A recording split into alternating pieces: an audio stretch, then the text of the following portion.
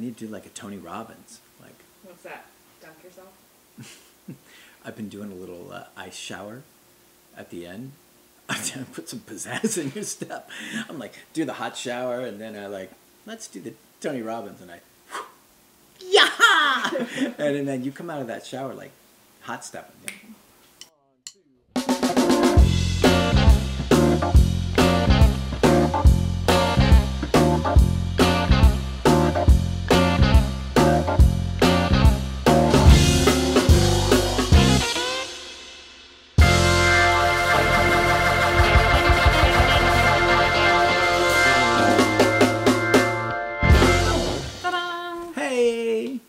Yeah. Thank you. It's been a long time since we rock and rolled in the casa. So true. Right? We did last week. We were in Dallas. Yes. And rainy Dallas. Rainy Dallas. Yep. Yes, floody Dallas. Wonderful flooding. But it was beautiful. Yeah. We had a nice hotel. Yeah. We met awesome people at T3. Mm-hmm. Yes, we had our T3, our very first Dallas T3 launch. Mm-hmm. And yeah, like Laura said, we had some awesome folks, and just a bunch of new trainers coming through, some owners too, that are looking to do their thing. Yep. And yeah, it's always fun. It's you know, there's a downside. I'm gonna come clean here. The T315. Oh, I'm just working it off right now. Yeah, the T315. Yeah. We always go home with some souvenirs. This one, this one, this one, this one, this one.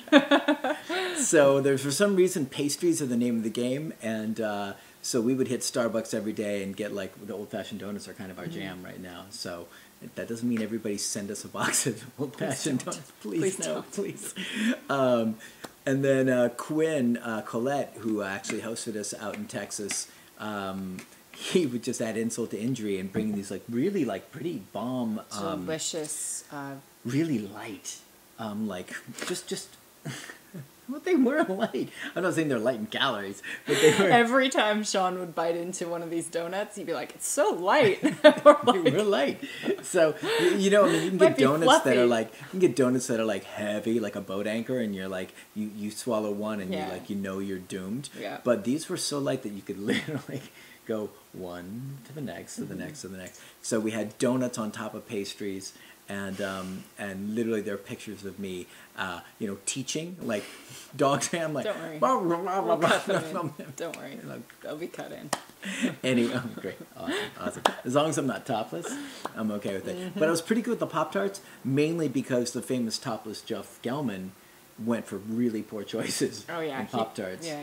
He what did he do? S'mores. He did s'mores and brown sugar. Brown sugar's pretty Brown good. sugar was manageable. S'mores was gastric. Yeah, you hated those. I don't know. I went back to like the snack table, and there were a bunch of Pop-Tart packages opened, and like one was like cut in half by Sean. Just to scandalous. See. Anyways, okay. So Dallas was awesome. A little bit of poundage was gained. Really awesome people. Had a great time. What else we got going on? We've got Laura just grabbed herself a new hot device from the Apple Store. Nice computer. Fancy pants. Fancy computer to get this show a little bit more fancy for you guys. I'm going to be upping sound and the way it all looks and all that too. We got a big revamp on the docket for horizon. You guys. Yeah, so we don't know when it'll be. It'll be here soon though, right? Should be. Yeah, should be soon. I don't want to. If I say hard dates, then there's immediately a hand going around to my be, neck. There's going to be some changes on this one, so we're good. So and then the last thing before we get this ball rolling. Hopefully you guys have all seen the pictures of Gus, also affectionately known as Gussie Pants, and he's a 125 or 130 pound Tibetan Mastiff, and all you guys have been interested in him and sending lots of information or lots of questions, and so trying to keep updates rolling out to you guys. I can't, you know, somebody asked me, can you get video of when he tries to bite you? And I'm like, no. How dare you? I'm trying to keep my hands together. So hard to do. So probably won't be seeing any of that. But try and keep you guys updated. He's a big challenge and interesting, you know, kind of dynamic, big honking dog. Anyways, hey everybody, it's Sean from The Good Dog, and this is the lovely Laura. Oh. I'm like Which one are you this week? I don't know. I was called obnoxious. because I take too long to get to answers. It's probably me, and I think she's just projecting it onto you, because I think if there's anyone who's long-winded in this game, I think you're looking at him right here. So I'm going to still call her the lovely. Oh, okay. And all of this, and what's coming is the new and improved shortly Good Dogs Q&A Saturday. Number 30. I can never do it. Do I go the 3? All right, you ready to jump into this? Yes.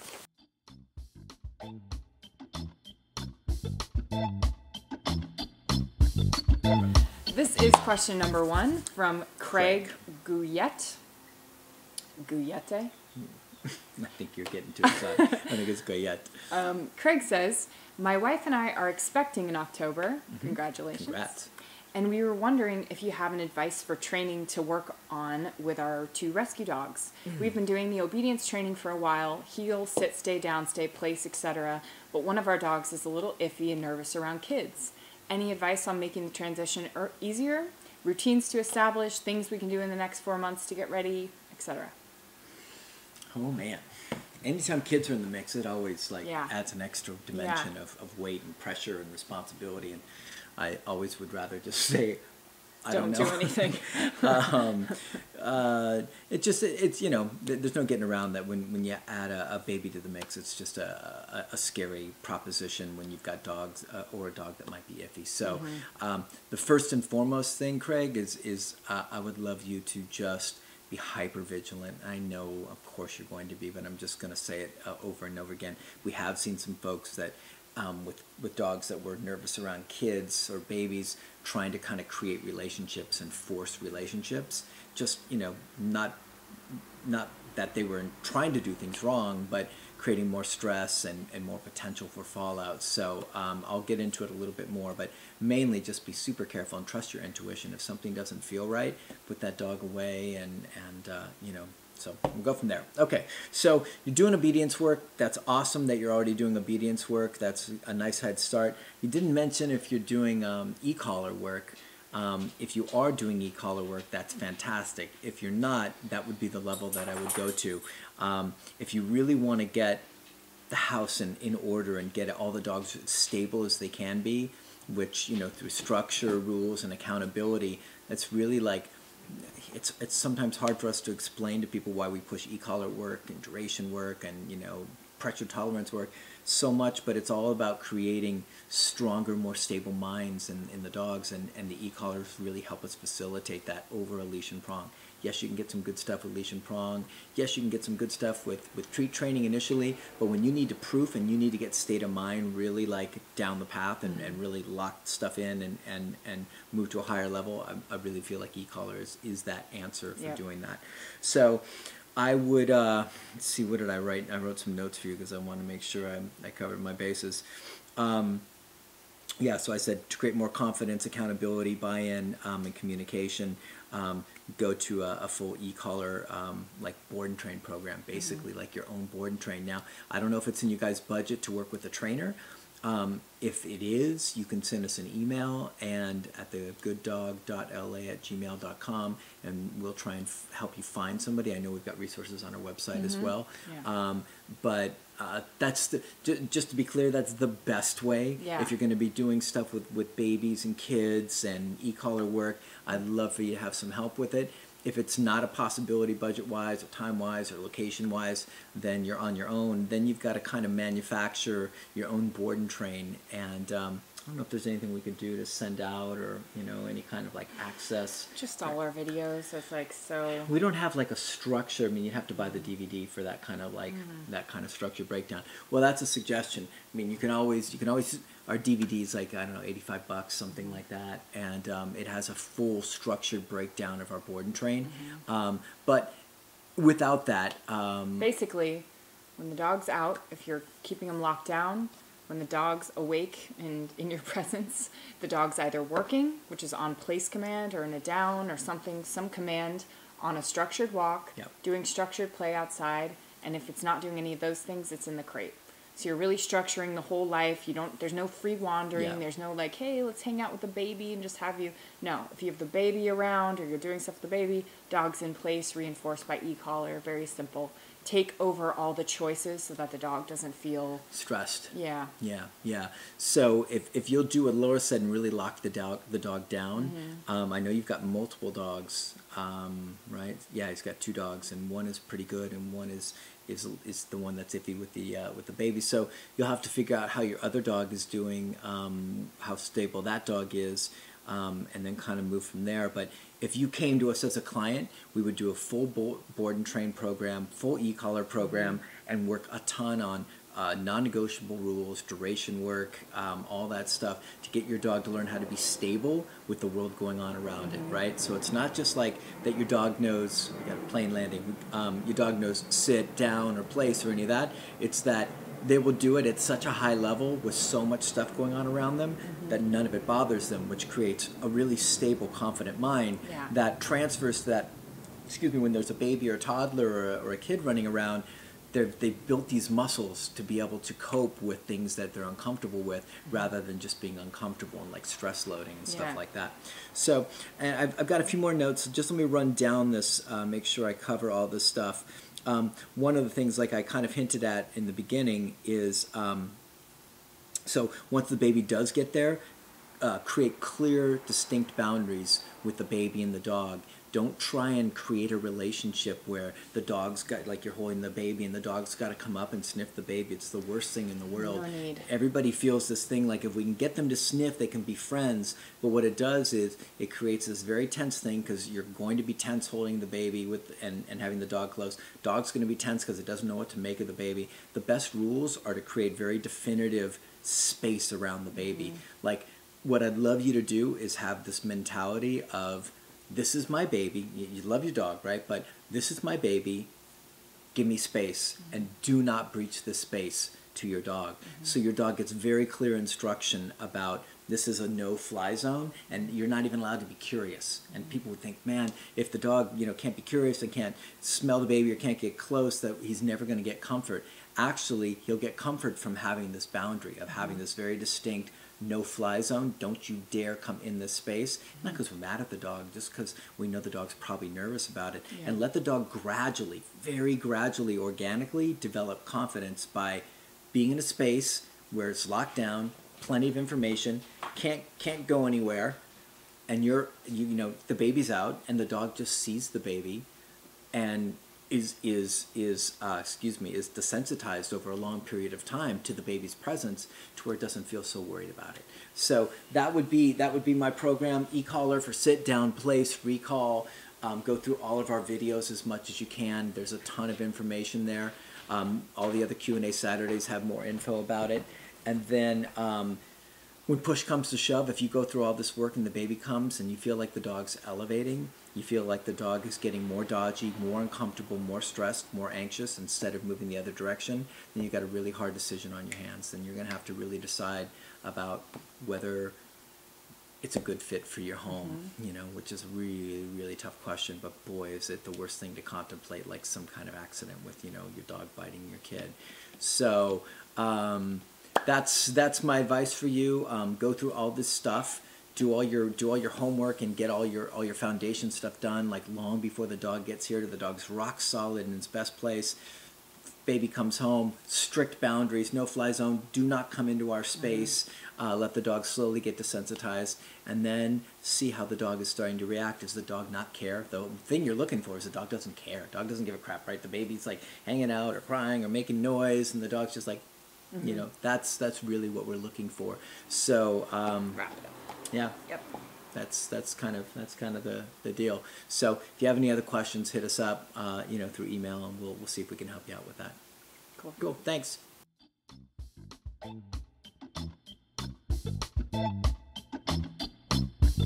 Question number 2. Catherine Jane. The old familiar Catherine Jane. We know her. She's been here many times. She says, "Hi, Sean and Laura. We met her at Accelerate. Oh, that's right. What does your board and train go home session look like?" What does my memory look like? It's not her name. It's that's her. right. Yeah, okay, yeah. So I get a pass on that. Yeah. How do you let the owners greet their dog when they're first reunited? Do you address the dog in the moment that they might jump up on their owners when they first see each other? Thank you.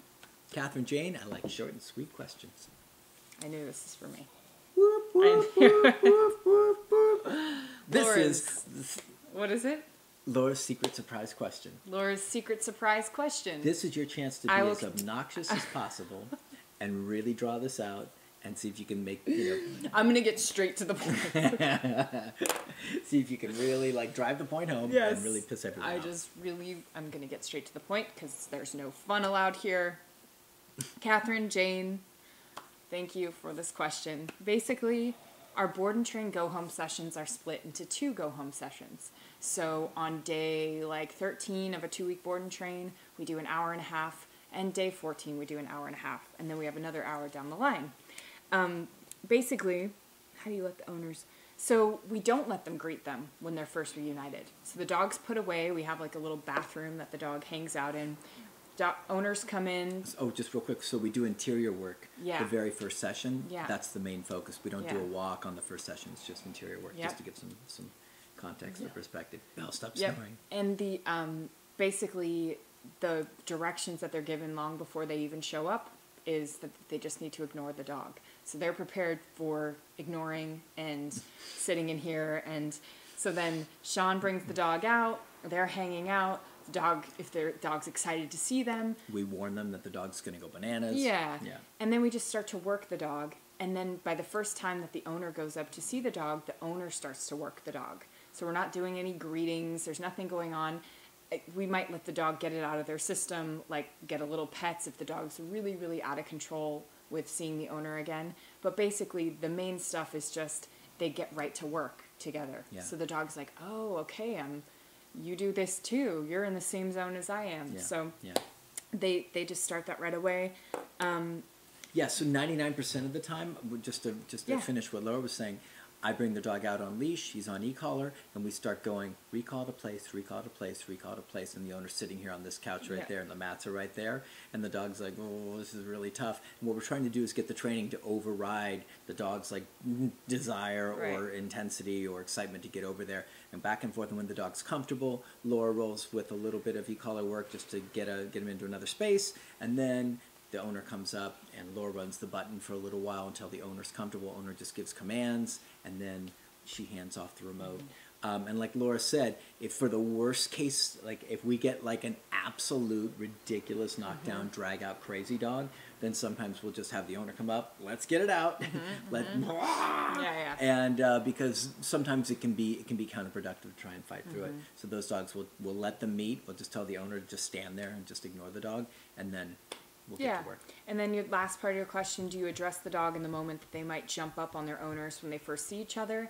Typically, if they do jump up on them, it's their While first they're working meeting. them. Yeah, they're working them. So that's not part of the process. If they call place and say down and the dog jumps up, they can correct on the e-collar and then the dog, And that's lays down. typically a big moment. Yeah. That's really a big moment. Dog's like, oh my gosh, what? I thought we were, Come on, we had this we thing, have this right? thing.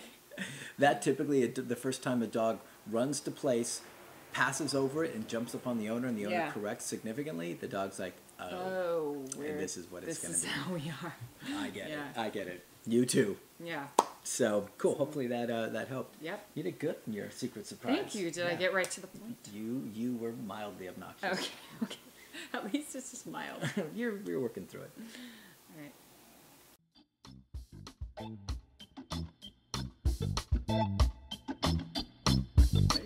Question number 3. This is from Mary Leah Hall. Okay. Hi, Sean and Laura. I've got your DVD series and things have been going well so far, but one Awesome. thing, my 15-week-old puppy was doing great going in her crate until recently. Now before she goes in, it seems she does a little submissive pee. I've been trying to figure out if it's my body language or something going on with her.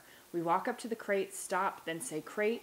She used to go right in no problem, but over the past week she started to pee. Suggestions would be great. Yeah. Thanks. Okay. Malia Hall. Mary Leah. Mary Leah. Yeah. Okay. You're so mean to Too her. loud. She snores so loud as she's gotten older. She's a snorer. Okay, so 15-week-old puppy submissively peeing before you're going into the crate, or it's going into the crate. So, and you mentioned body language and stuff like that. So definitely, it can be a real easy one with young pups. They're so sensitive. It can be so easy to overwhelm them and cause that stuff. Yeah. I mean, like saying hi to them can make them submissively pee or excitedly pee. Looking at them too strong, leaning over them, all of those things can create too much pressure or excitement, and poof, you're off to potty land. So I'd be hyper conscious of body language, which like leaning over, like the best thing to do is like if you lean down a little bit, take some of that heat off sideways to the dog. Like bend your knees. Bend your knees, like you're doing like Lagalates or something like that. Exactly. Eye contact, be careful with that. I mean, like firm eye contact with firm body language is tough stuff for a pup. Voice, tone of voice, make sure that you're not like intense with this. And I know you're being aware of it, but stuff can be subtle with a pup like this. You might have to really deliver like the easy stuff. So what did I say? Spatial, eye, and then also leash. I don't know if you're using a prong collar, if you're just using a leash or a slip lead. What's that? Probably prong. Yeah. So the prong on a really young pup, they could be really sensitive to it. That might mean you need to be like so Super delicate. sensitive, Yeah. You may even want to like ditch the prong for the crate exercise, right? If the prong is creating too much pressure or too much intensity, not forever, but just for right now, especially with these really young ones, unless you've got a lot of like energy to try and like the dog's trying to bolt in all the time. So I would be highly sensitive to all those little moments and use the least amount of pressure, body, everything, and then leash as well. Just be whisper soft. And then what you can do is you can also incorporate some food to make it something that's a little more fun for the dog and maybe take the dog's mind off of it, right? Yeah. So if I had a food treat, I'd eat it personally. But if I had a dog treat, what I would do is I'd bring the dog over, get them near the crate. Don't get them all the way up to it where the potty stuff happens. And then just like let the dog get a whiff.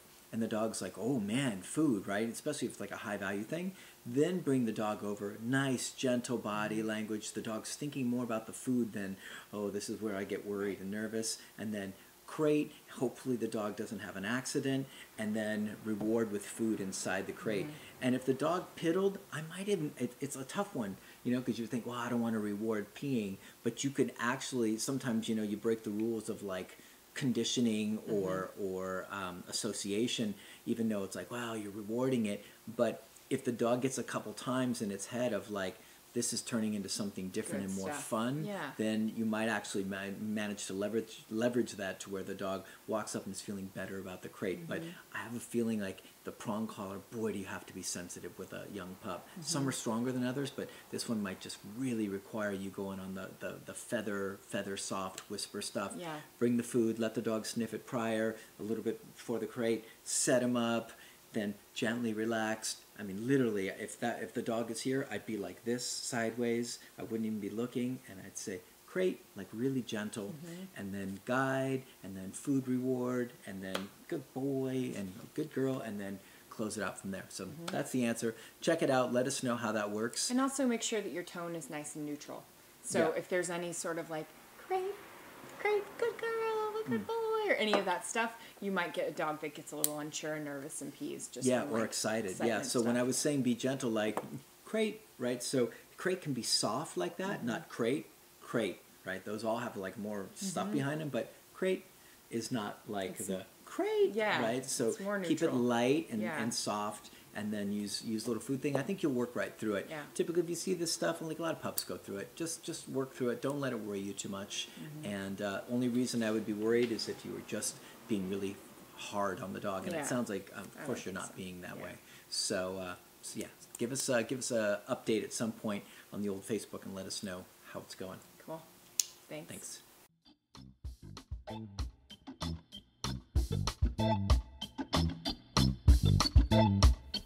Zilly. Okay, question number 4. This is from Tamara Khan Katz or Katz. Hi, your YouTube videos have been so helpful. Thank you. Excellent. However, I'm afraid I've improperly introduced my dog to the e-collar. I got it mostly to use with leash reactivity. She goes crazy pulling and barking when she sees other dogs on leash. I watched her videos and tried to do a little heel training where I buzz when she pulls and then release when she slows down, Well, she never really slowed down, so I'm afraid there was too much buzzing at a level 10 at the most. And now when she sees her e-collar, she runs and hides in her kennel. She even seemed a little afraid of me, too, sad face. It's been effective for the dog reactivity, though. Any advice on how to get her to not be afraid of the sight of it and to make sure that it doesn't affect our bond? She's a 3.5-year-old female GSD who can look very mean but actually has a soft temperament. Oh, GSD. GSD update. Why didn't you add a picture, Tamara? What's up? What's up with that? You're getting obnoxious. Oh, yeah, sorry. Take Okay. the obnoxious stuff. We should have a little... I'm gonna mod, like, we should have, like, a meter. Beep, beep, beep, beep, beep, beep. Oh, she's in the red. She's in the red. We might have started something here. An obnoxious meter. Right? I Teamwork. like it. Teamwork. Okay. So, a couple things. First of all, a lot of dogs, when they have been used to getting their way, and then all of a sudden you use prong collar, e-collar, something like that, and you start sharing rules that are non-negotiable and the dog can't get away with what it wants to get away with. We see it all the time. Dogs are like, oh, no, I don't want this. You know, it's not about fear a lot of times. A lot of times it's about, I don't want you putting that tool on me because that tool means I can't do what I want to do. I don't get to walk like I want to walk. I don't get to bark at the dogs that I want to bark at. So that's the first thing is you have to kind of, at least let me plant that seed in your head to try and discern whether you've got a dog that's sorry, Lord just distracted me, whether you got a dog that's just disliking being controlled, because they can give you all sorts of good stuff like cowering and being you know, like faux afraid, but it might just be a dog's like, I don't want that on me because I can't do what I want to do. So so that's one thing to think about. Now, then the other part of this is that, yeah, you could have had a negative experience. You might have, like, used levels that were slightly too high. Even 10, if the dog is really sensitive, could be too high, or it could absolutely be too low. Dogs tend to vacillate emotionally a lot, so you'll see us when we're doing e-collar work, most of the time we're, like, moving around trying to match where the dog's comfort level is and motivation level and try and kind of really juggle that. So it's hard for me to say without seeing it what's gone down if we've got a dog that's manipulating because it doesn't want to do the stuff, or if we've got a dog that's had a rough time with the e-collar introduction. And I know because you're not a pro, you probably don't have a ton of experience, you're probably defaulting to the second choice that it's on you. But I don't know if that's the case. You'll have to really answer that yourself. But if I was working, if I had this dog, and we get dogs all the time that have had negative e-collar stuff, we just work them through it, right? So what happens is you do enough good training and it replaces whatever negative training has happened in the past, and that just becomes the new way and the new association. So that's one piece of it. Also, just if it's brand new, like I said, you might be getting some weird stuff, but the dog's also going to get conditioned over time that the e-collar predicts going on a walk, and if your dog likes a walk, then the e-collar's eventually going to feel like a fun, cool thing, just like prong. I break my prong collars out, my dog's like, yeah, we're going for a walk. So, so that's something to think about as well. I had a couple of the notes for you. So, okay, so yeah, so I was saying that I would do it, I would push through and try and override whatever negative experiences that have gone down with more positive ones. The problem here is I don't know how things are going with you, right? So I can't see. So that's what I would do. But if the training isn't happening right, if the training is moving the dog back in a bad direction, then that's obviously not a good choice. And without seeing, it's a really hard one. So I'd say your choices are to hire a balance training pro, somebody that's really good with e-collar work and can help you through with this. If you need help, email us and we'll try and help you out. Or you could actually video some of this stuff and send us a short video and we can take a peek at it and let you know what that's looking like. You could take a little video of in the house of what the dog's looking like, because we're pretty good at reading like demeanor and attitude stuff. And then you could take a little iPhone video as well while you're out on the walk and just kind of show us what's going on. We might be able to give you better insight into what's cooking with this GSD. And we want a picture. And Laura needs a picture. Please. Right. No, Now you're on the sweet meter. The sweet meter's going up. Beep, beep, beep, beep, beep, beep. That's great.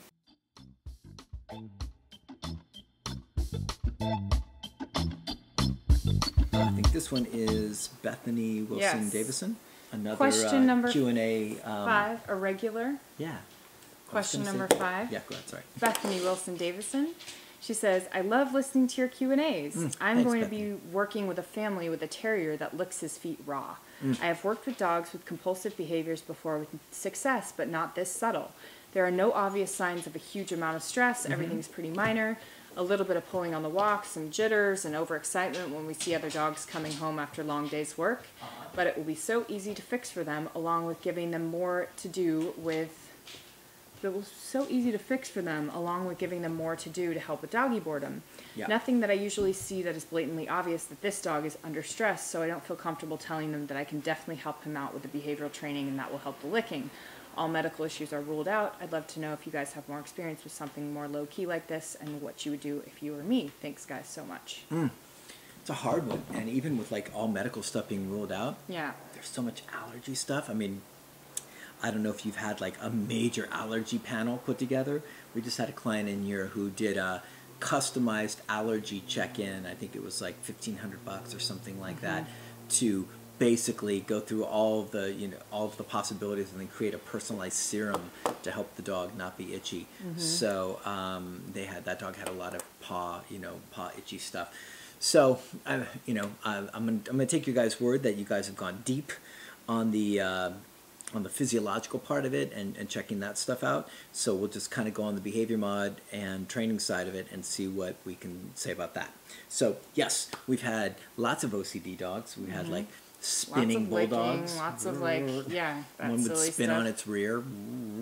Did it for years. Of course, like obsessive barking, paw licking, things like that. So yeah, so we have had really good success with that stuff. We've been really proud of the OCD work. We should open an OCD clinic for dogs, and but I don't know what your plan is. I don't know what you're planning on doing training wise. I think you said it sounds like the dog's pretty easy, and you don't have much concern about there being a lot of stress or issues to maybe like even tackle is what it sounds like. But if that dog came in here, we would do a full, it's just the way we work it because the program has a lot of value beyond just like training the behaviors, but we would do a full e-collar program, sit down, place, recall, heal, tons and tons of duration work with a ton of accountability, like a ton, especially for these guys with the obsessive stuff, learning to tolerate like stillness, learning to tolerate boredom, learning to tolerate not moving while the world goes on around them, especially if you can create a lot of distractions that are hard for the dog. That tends to really relax the mind, get the dogs into a better gear where they can let go of some of this OCD stuff. It tends to be from dogs that kind of stay at a little bit of a peak state. Now, I know you said he doesn't seem like really peaked, but you did say in certain instances he's definitely a little more stressed, a little bit more like on edge. Nothing crazy. But what I'd suggest is like what I think we're really good at here is getting sleuthy about looking. Is that a word? Sleuthy? Yeah. Sleuthy, hang on. Hang on, sleuthy. Right? Sleuthy. Oh, wait. You got it? I think you got it. So getting sleuthy about looking for cracks, looking for possibilities, and the first place that I look for all of that is all of the different little behaviors, like at crate, at threshold, at waiting for food, at place with distractions. Is there any intensity from the dog about like, I want to do this, and really going after that stuff gives us a ton of buy-in, a ton of state of mind change. So, do you have anything to add to that? I mean, it's our usual board and train program, but it's kind of hard to convey, and I don't know what Bethany's program and tools are. I would say sometimes that stuff seems subtle, but it will go away. And as long as medical stuff is ruled out, if it is more subtle, there might be even more subtle stuff going on that the training program is really going to help with. Yeah, and the board and train part of it, here's the cool thing. So this is a really cool thing, actually, is that if you've been seeing the dog maybe on an eval or something like that, you're only seeing like a small, like little glimpse of the dog's life. But when the dog lives with you 24/7 in a board and train, you really get to know that dog, and you get to see triggers and possibilities and gaps and cracks that they have that you wouldn't normally see. So that might empower you to get a little more mojo going on training-wise to be able to address things just by having the dog and having more time to really spend with them. see. Oh, and then the last thing I would say is if you do go to e-collar work, I'm going to get closer because we got a plane landing. If you do go to e-collar work, you can also correct for licking the paws, right? Just directly like, hey, knock it off. And you can have some pretty big impact just with that, right? So we want to do always, the plan is always the same thing, a comprehensive, universal approach to state of mind, balance, getting the dog in its best space possible, and then any residual stuff that's still creeping around, hanging around, then you address specifically. So dog's in place, it starts to lick his paws, correct him at a pretty firm level, the dog goes, whoo, that used to feel really relieving and rewarding, now not so much. Let me let this paw sit. Well, that one looks pretty good, let me jump, pop. Oh, and just being really consistent with that, you can probably work this dog through it. So I can't guarantee you that you'll be able to solve the problem, crack the case. But if it's problematic for the owners and they really want to get rid of it, then take the dog in and see what you can do and get sleuthy with it and really see what you can figure out. And if you're like a weekend, you don't feel like you're making any progress, you can always return the dog and refund, whatever portion of money that you want to do and handle it from there. So no promises, no guarantees in this dog training world. A lot of times the best thing you can do is just be honest with clients and say, I can't guarantee you, but I'll do the best I can. And if the client's like, man, that doesn't make me feel great, like we never offer guarantees, but I mean, like, I can't tell you where your dog's going to get. And if the owner's like, I need more than that, then it's best that the dog doesn't come in. Yep. Right? Cool. Cool.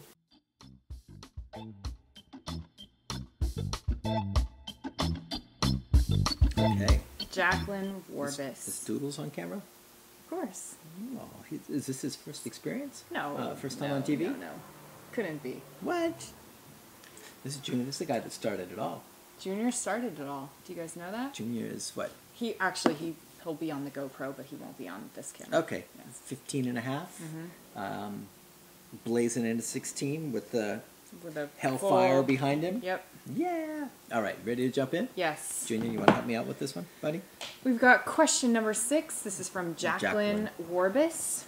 She says, hi, I've managed to go back That's through a weird question. all of your past Q&As. Very helpful. Awesome. I have a young... Man, that's a lot of Q&As. Yeah.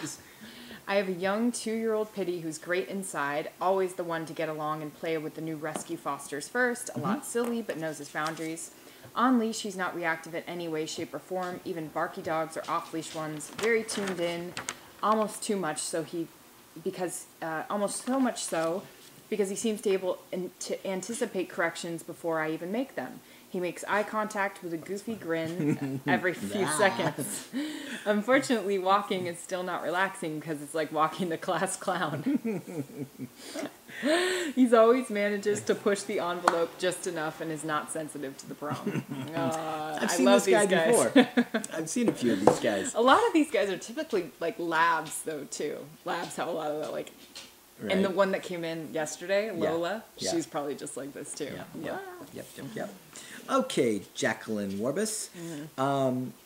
So if you're kind of married to the prong, Junior, get it out of there. If you're married to the prong and you can't do an e-collar, then I'd say the best thing to do if you've got a dog that's continually trying to push a boundary, is to do 180s. And 180s are a great way if you're really like, if you're really pretty crafty about it, you can start to create some boundaries with the dog that has a lot more value than just like correcting, like as you're walking with one hand and like popping the leash and stuff. The 180s, they can be a little more tricky mechanics wise, but when you get them, they're impactful for the dog. So there's a video, what is it? I think it's got a dog named Lola, and I think it says introducing a prong and getting a dog to stop pulling in one session. I think is the name of it. And it's one of the videos that I'm like most proud of because I think it's super duper helpful about showing the whole prong process to getting a dog to stop pulling because she was a real like devout puller. And so if you're stuck with the prong or you're married to the prong, then that's what I would suggest. Check that video. It's free video on YouTube. And rock and roll through that and then do some 180s and see if you can fix the behavior. Otherwise, what I always go to with any dogs that are having any kind of like class clown action or any kind of pulling stuff consistently is we just go to e-collar, and that makes it super duper easy to sort out. So we have a video called, I think it's Learn to Train the Good Dog Way, e-collar heel. featuring Fusa, the GSD, and you can watch the video. It's pretty darn detailed about how to go through the process of getting the dog, if you do get into e-collar work. Like we recommend a Mini Educator 300, just for a little mental note there.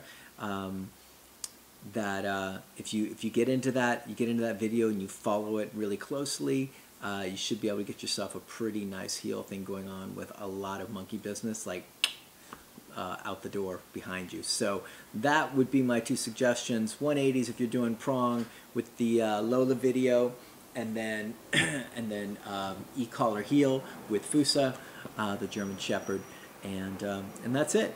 Let us know how that stuff works for you. Should be easy to solve, because it sounds like you got a pretty easy situation. He's just kind of busting your, behind a little.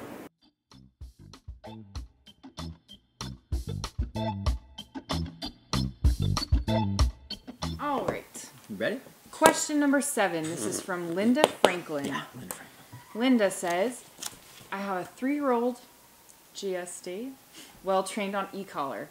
He's dog reactive. He's dog reactive. What else is new, right? And e-collar is helping with reactivity. Question, when he reacts to a neighbor's dog barking, our dog will jump, lunge in response. I buzz immediately so his energy doesn't escalate. Where did this terminology come from? However, my husband doesn't correct because he says our boy self-corrects after the first jump, lunge reaction and feels it's normal dog reaction.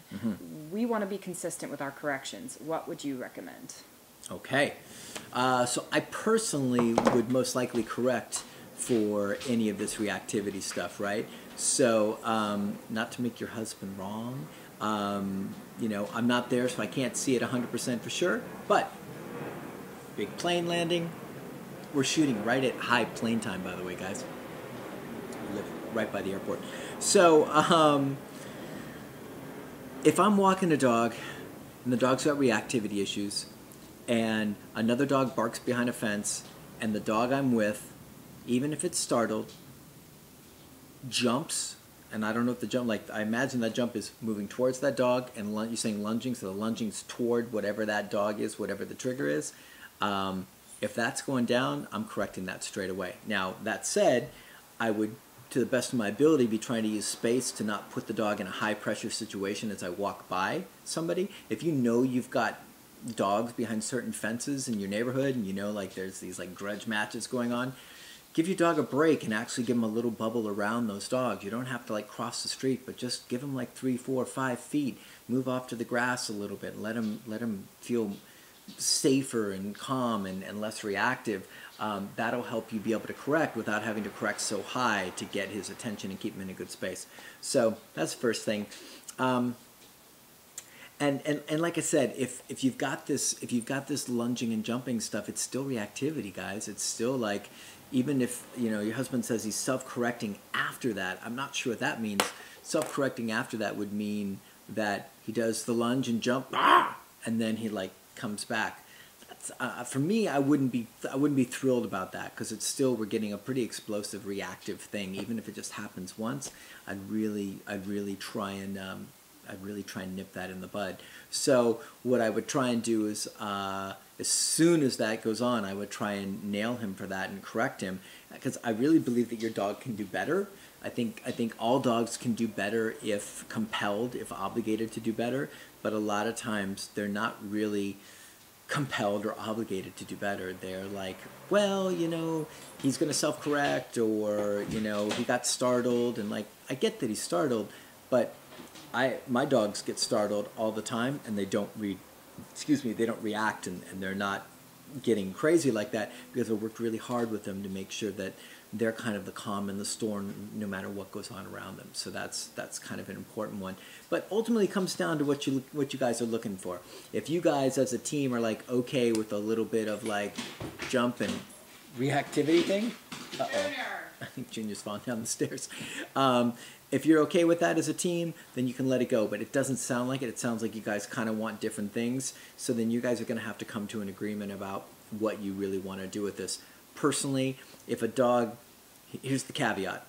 You're walking by a dog behind a fence, and the dog barks, and my dog is startled genuinely, and I'm startled, and my dog jumps, and moves away from that dog, then I'm not going to correct him for that, unless it's a ridiculous amount. Like if it's just this like over the top like total freak out, then I might correct. But if the dog is startled and genuinely moves away like that, that's okay, because the dog is nervous and doing a healthy behavior of moving away from something that he's uncomfortable with.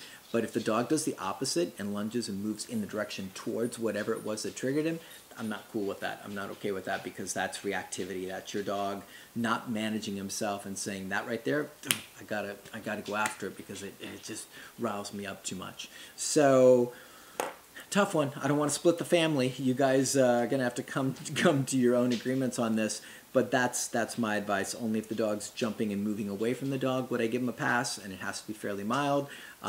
Doing one attempt to like go like lunge and move towards the dog, super not okay with that, and I'd correct pretty firmly. Trick is to catch him before he does that. The trick is to like have your ears so tuned in, your eyes, that you know there's a dog up there, you hear it, you know, you're aware of the environment, and you give your dog a little bit of space. You roll up on the e-collar strategically because you're ready, because you know that dog's coming in like, you know, like 50 feet or 100 feet, whatever it is. You move around a little bit. Your dog starts to like, your dog should know before you do. Your dog should have the ears come up and get a little tense. You should see that and go, aha. Give space, roll up on the e-collar, and then pop and correct your dog for even that escalation. If you can correct him then before he lifts off, that's the magic.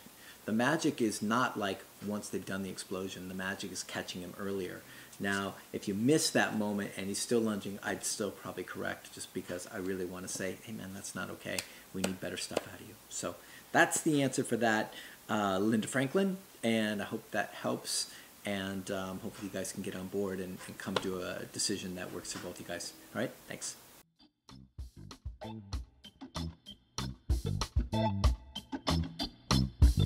Question number 8. Yes. This is from Jennifer S. Morgan. I'm going to skip because it's a little bit long. Hi, Sean and Laura. I have a fearful golden doodle that I rescued almost 3 months ago. When in his crate, he's reactive to my 2 male Rotties, but he gets along with the female dogs in the household. Let's see, he went to a trainer. Okay, so for 2 weeks now, I have had the Rotties in place so the dog went to get trained and allowed Griffin to roam around freely. There was no reaction. I let one of my Rotties off place a couple times around Griffin, but my Rotties stayed by me and there were no incidents. Today I let them walk around more, and Griffin did growl at Scout the Rottie, and was really reactive to him. Scout doesn't engage Griffin and will run away, so how do I get these dogs to coexist? My other Rottie will definitely fight back if Griffin starts anything. It's just me, so I'm limited on being able to walk them together, etc. Big plane. The Rotties are well trained. I use e-collar on all 3 dogs. What exercises should I be doing with 3 of them? I can send Griffin to another trainer, but not sure if he will actually ever get along with the Rotties. I may end up just rehoming him. Okay, so first thing I hear is that Griffin's roaming around the house. Yes. So if Griffin is a nervous, insecure golden doodle, what would be the worst thing for Griffin? Roaming around the house. Excellent, yes. And not even obnoxious at all. No. I really like that one. So if you're if you're asking for advice about what we would do here for a nervous golden doodle, we get a gazillion nervous dogs that have problems with other dogs. The first thing we do is we lock them down. You already said the dogs are on e-collar, all 3 of them, which is really great. I'd say it's going to be on you. If you want to do a board and train with another trainer, that's up to you. Or if you want to train the dog, since he's already introduced e-collar, I don't know how far he went or what you guys got into, but I would train him recall, place, and down at the very least, and then Griffin doesn't get any wandering time, right? If you're trying to create stability in your pack, you're trying to get a dog that's insecure to be secure, to be more confident, to be more balanced and less nervous and flighty and making decisions on his own, then you need to lock him down temporarily. You need to like reboot him. And so by doing a bunch of non-negotiable commands like place, down, recall, healing on walk. Like, you don't have to walk all 3 dogs together. Just walk him, but make him walk like a champ. Get all the juice and all the magic out of every moment that you're working with him.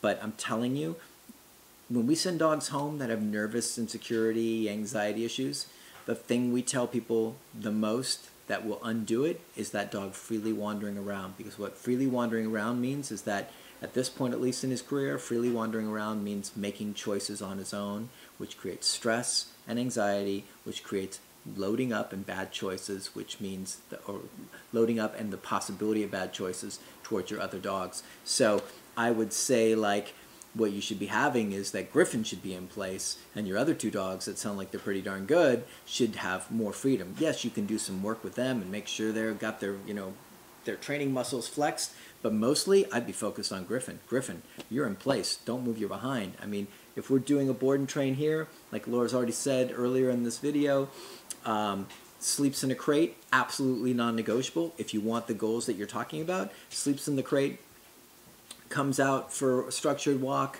If he's going to be out after the structured walk, he goes into place and he hangs out and he doesn't move. If you're going to do some play, supervised structured play, doesn't need to be playing with the dogs. Comes back in, goes to work. That means place, recall, downstay, something like that. And you lock this dog down and you help his mind unwind and get into a comfortable space to where he's got a fighting chance at making good decisions around these dogs. So that's the first thing. You basically do your own board and train unless you want to pay somebody else to do it. Once you've got that, once you've got state of mind work together, you've got him relaxed, confident, trained, he's been in place a million times and the Rottie's been walking around, he's not allowed to engage or do anything. Of course, don't let the Rotties go and pressure him. And then the other part of this is that once you move through this, or even as you're moving through this, if Griffin is stink-eyeing one of the dogs, posturing, or like you said, like at the window, well, he won't be at the window because he won't be wandering around, or in the crate, anywhere where you see him giving a negative reaction, you correct him firmly with the e-collar and say, knock that crap off. So that's the cool thing about the e-collar is that, and did she say he's going to have him on a muzzle? I can't remember. Let's see if I don't think so. No. So if he's not on the muzzle, then when you are going to correct, you got to start low and make sure that dog is super comfortable and knows that the corrections are coming from you and the e-collar. That's why I suggested all the e-collar training prior to where he doesn't think it's the other dog doing it. But I'd train him on muzzle. And make sure that your other dogs won't attack if he gets corrected for it. And I know you said one of your Rotties will attack. So that presents some situations where, you got to be super cautious. Once again, going back to basics, e-collar training, structure, place, recall, down, lock him down, don't give him any freedom temporarily, a couple months, get him into a stable, confident place, let the other Rotties wander around, occasionally train them, make sure they're solid, let them just get comfortable with each other by existing and not having to like interact with each other, and that's usually the magic trick for better stuff. Now, once you're in that space, then you can use the e-collar to correct for lighter stuff or not so much lighter stuff. If he's in the crate and reactive, correct him, knock it off. If he's posturing one of the other dogs, knock it off, correct him, let him know what's stink-eyeing the other dog, knock it off. So that's my suggestions for you, and if you feel like you're in over your head and that's too much, then you'll have to go grab somebody to help you out and kind of work through that process. Cool? Thanks.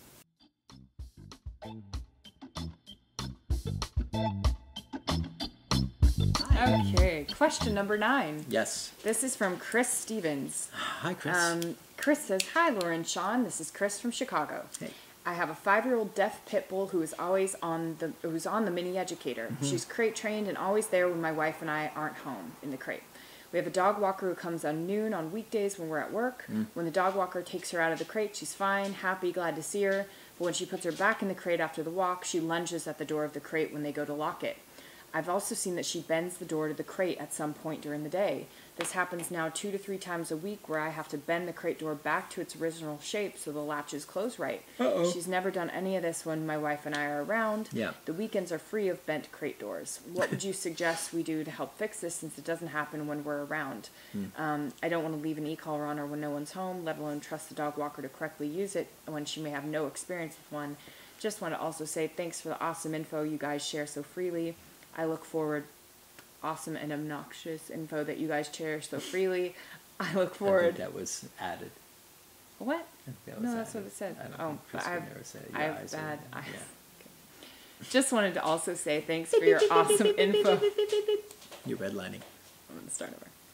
Just want to also say thanks for your awesome info you guys share so freely. I look forward every weekend to getting notified another Q&A Saturday is out. Aw. Cool. Be Thanks. good, Chris. Thanks, Chris. Thanks, Appreciate Chris. that.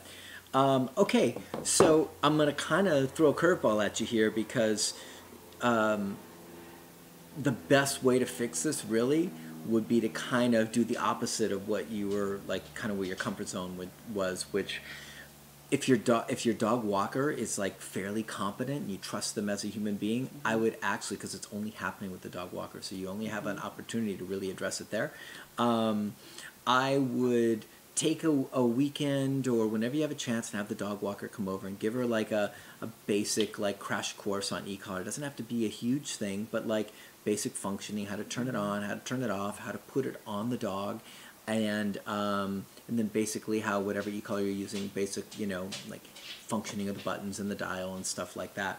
So unless you feel absolutely opposed that the dog walker wouldn't be able to handle this and you'd be really sketched out about it. But I feel like if you give some pretty good parameters about how to do it, you could probably work something out here, which is basically I would have you guys, let's see, how would I do this? Oh, okay, so I would not have the e-collar on in the morning. You guys leave for work. Dog walker comes in. I don't think he's probably not walking the dog on an e-collar because you're saying the dog walker doesn't know it. Yeah. So dog walker takes the dog out, brings the dog back in. E-collar goes on, right? You've marked your e-collar so the dog walker knows exactly where it goes. You teach her how to put it off to the side a little bit, nestle it in. Everything's cool.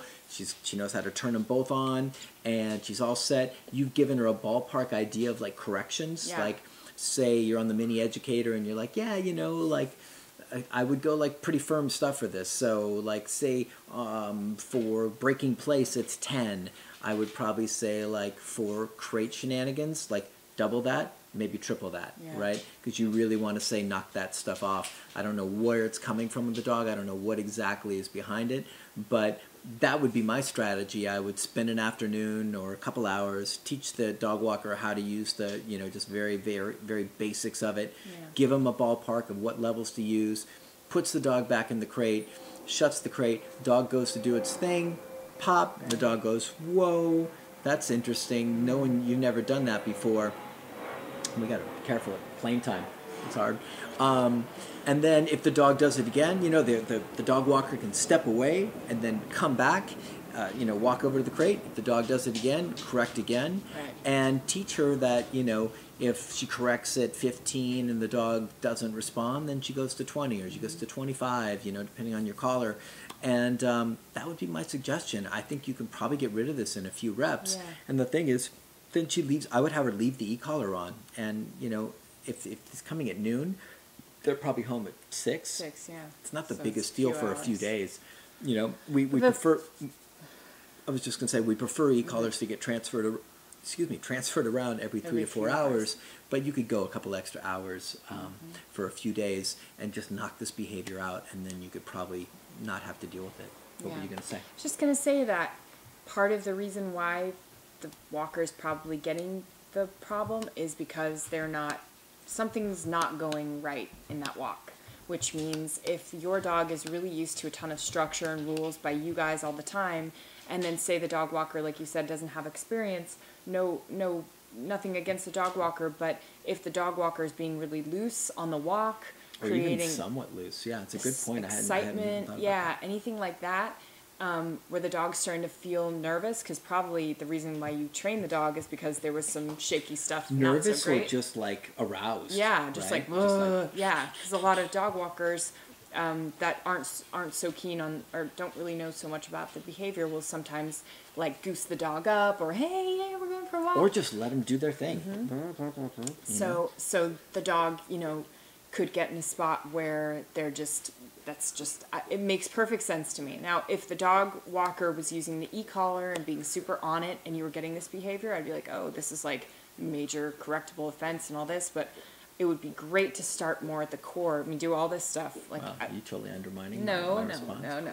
I'm just saying, Stings. be cool to start at more of the core of it and get a dog walker. You know, even if you love your dog walker, either teach them, or if they're opposed to using the tool, find someone who isn't, because that's an hour out of your dog's day every single day that might be Practicing the wrong undermining. stuff. Yeah. Not to mention those 5 hours after the walker leaves, all that trying to get out of the crate, that's a really uncomfortable dog. Yeah. So then you've got half your day the dog's uncomfortable. And so no wonder the weekends are great, because the dog's like, whew, I get structure, I get rules, get all this. So Right. just that 1 hour with the Normalcy. dog walker could be a problem for the rest of the day. So Yeah. I would look into someone else here in Chicago. I mean, we have references for trainers out there. They've got to know some balanced walkers as well. Chicago, I mean, Megan Wallace is out there, but No, I don't she's think not there anymore. She's in North Carolina. Oh, she She's moved again. boom, boom. Okay. Yeah. So, I mean, we've got people out there. Yeah. So if you check our website under trainer referrals, maybe you could ask them if they have a balanced trainer walker. Or something. Yeah, somebody to recommend. Yeah. But that's a great point. I didn't really jump into that, and so that's why we got you here. That's why I'm because you're here. Smarty pants syndrome over here. Obnoxious smart. So, obnoxiously smart this Yep. time. But that's a really great point. So if the dog walker is not handling business, and the dog, are you looking at German Shepherds?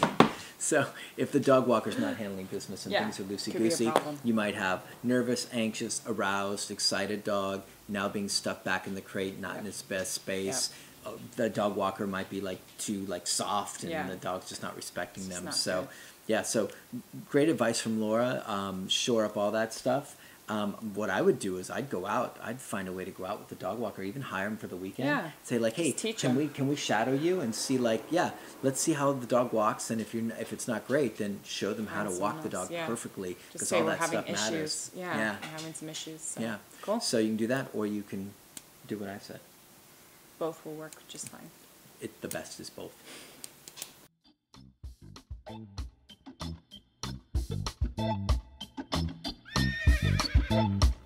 Question number 10. This is from Disciple Dogs. She says, hi, first and foremost, you guys are awesome. Thanks. Second, hoping for your input, I am a canine behaviorist and training specialist and business owner of Disciple Dogs. Okay. I currently have a rescue pit bull in boot camp for dog aggression rehab. My assessment is that her core motive and or trigger is excited dominance, then turns to true aggression once engaged. I'm considering using the e-collar in attempts to resolve this behavior. I've had great success using the e-collar to resolve my own rescue GST's excited dominance attacking other dogs, yet I know his motive was pure dominance versus execution. With the pit, I'm not so sure. My fear is the e-collar may repress the aggression, masking as if she's rehabbed, then explode on some poor innocent canine bystander, releasing all that pent-up aggression. She did great with my 6-month-old boxer puppy. She does have social skills, yet when I introduced her to my whole pack, she randomly started attacking dogs, even one that was just sitting at a distance. Needless to say, she's desensitized to the muzzle and wears it during these interactions. Any input or advice would be greatly appreciated. Okay. So she's using e-collar stuff. Yep. She's got a pity, and the pity she feels is probably pretty intense with the stuff, but she's not sure. We don't know this woman's name, do we? Disciple Dogs. Oh, Just say that. okay. Disciple Disciple. Dogs. Yeah, I didn't know who it was. Okay, I always like people's names. Just call her Disciple. It's cool. Okay, so yeah, I mean, you can get a lot of value out of e-collar work around dogs that are, being nutty, bratty, insecure, pushy, aggressive, out and out aggressive, things like that. The question is,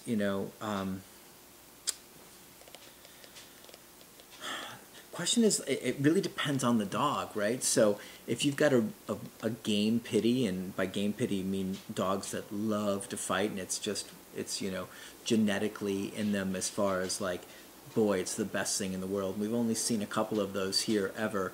We've definitely seen some pitties that will get into an excitement kind of Yeah. Trigger and things like that. But if you've got a really dangerous game pitty, that's pretty unusual. And if you do have one of those, that could be a possible real challenge to get to a place where you've got real safety. Now, that said, that's a pretty small minority. So what I would Junior, get away from there. What I would suggest is that, I'm trying to think here. Let me just check my notes and make sure I cover all this stuff right. Okay, so yeah, so if you don't have one of those, if you got more of a normal situation, like more of your typical pitty that gets excited and sometimes loses its cool, then the e-collar can definitely be helpful. But you're going to have to make sure that that dog is on muzzle. Got to make sure that you can keep all your other dogs safe. Yep.